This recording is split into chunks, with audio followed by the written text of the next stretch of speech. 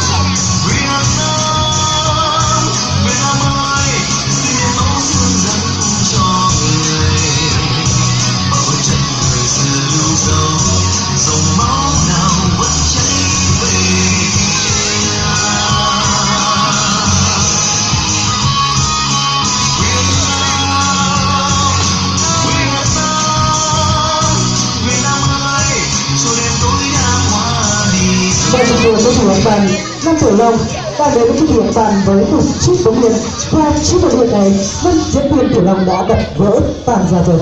Và ngay bây giờ điều kỳ lạ gì sẽ đến với quý vị bạn. Mời quý vị bạn chúng ta hướng mắt lên sân khấu đến với Tiểu Long. Có lẽ như vâng, năm diễn viên Tiểu Long sẽ cho hết cả số bóng điện vỡ này vào trong khoang điện của mình.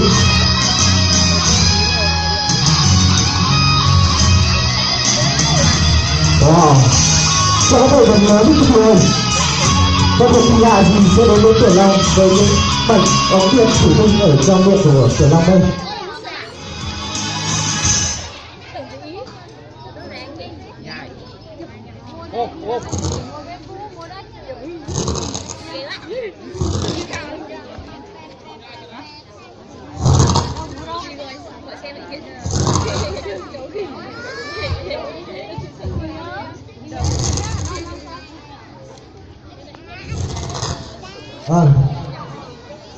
Tiểu Long nhai bóng điện như dạng nhai vung ngô vậy quý vị.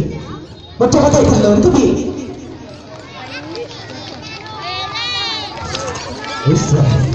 Úi giời, Ngô Giang.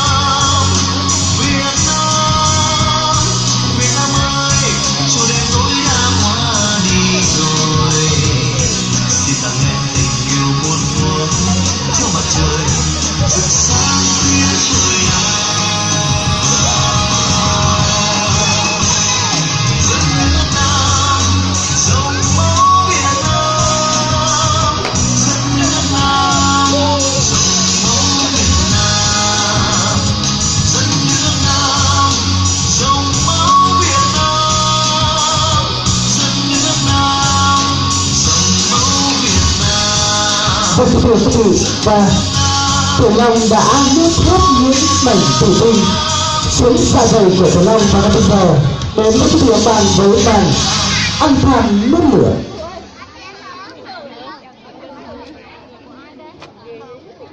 Và kính thưa quý vị, và đây là một viên than đỏ. Cái này là với trái tay thật lớn cho Tiểu Long quý vị. Wow.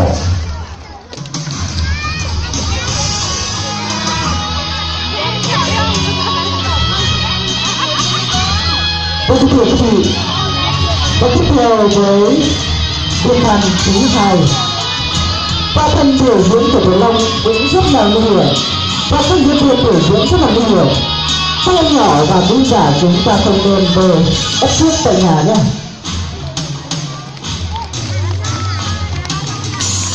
Đúng rồi.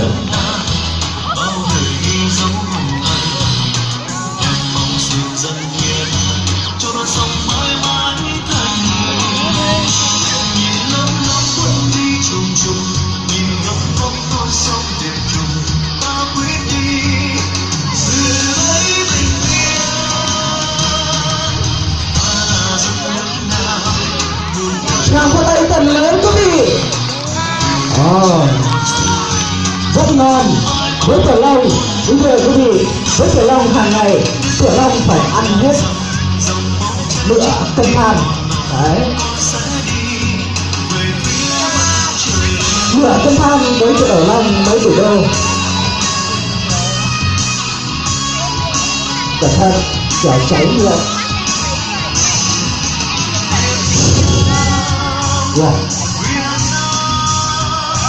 Vỗ tay lớn lên quý vị.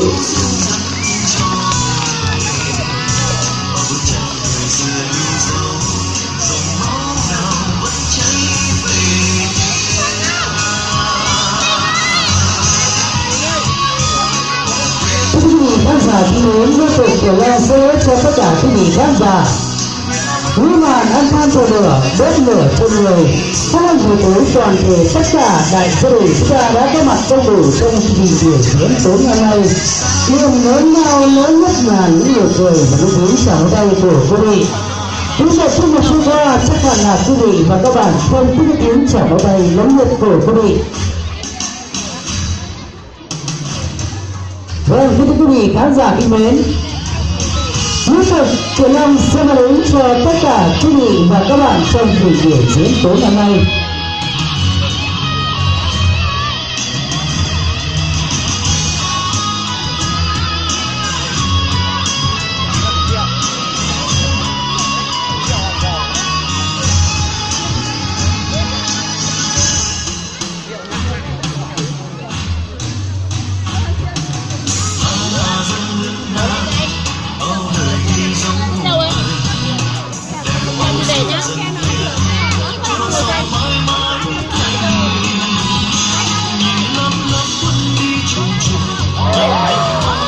Vỗ tay thật lớn.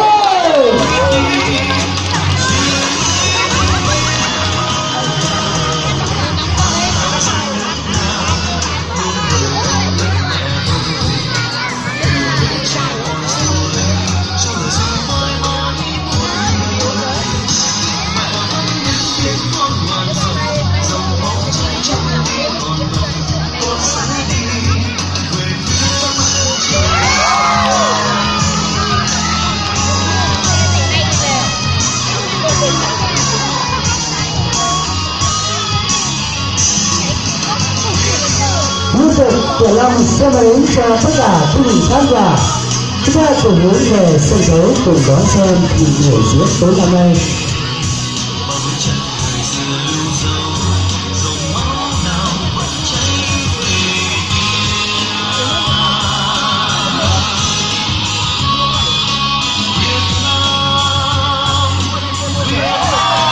Vỗ tay thật lớn là quý vị.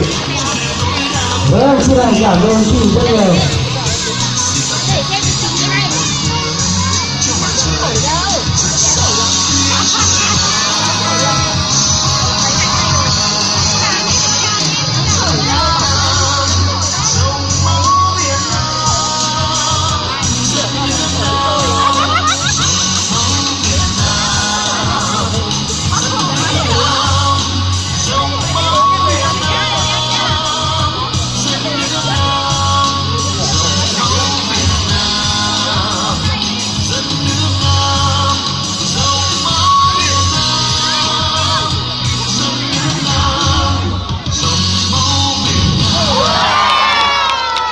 Vâng, thưa quý vị khán giả kính mến, chỉ sơ suất thôi là rất tiếc điều gì sẽ xảy ra đối với Tiểu Long.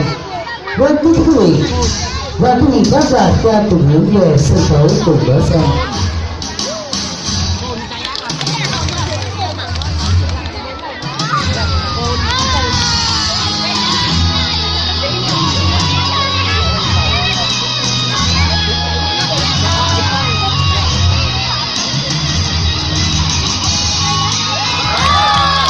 Vỗ tay lên.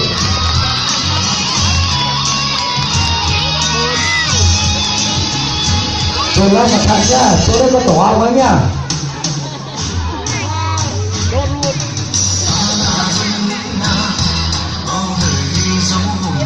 Cẩn thận đấy, xa chỗ có tổ ong ấy.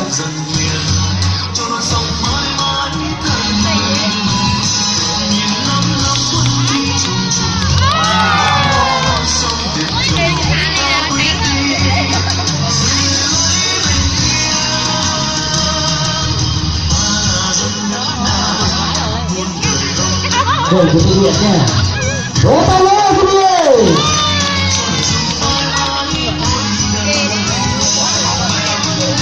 Quý vị khán giả quý mến, Tuấn Long xin kính chào quý vị. Trước khi chia tay với Tuấn Long, quý vị khán giả cho đoàn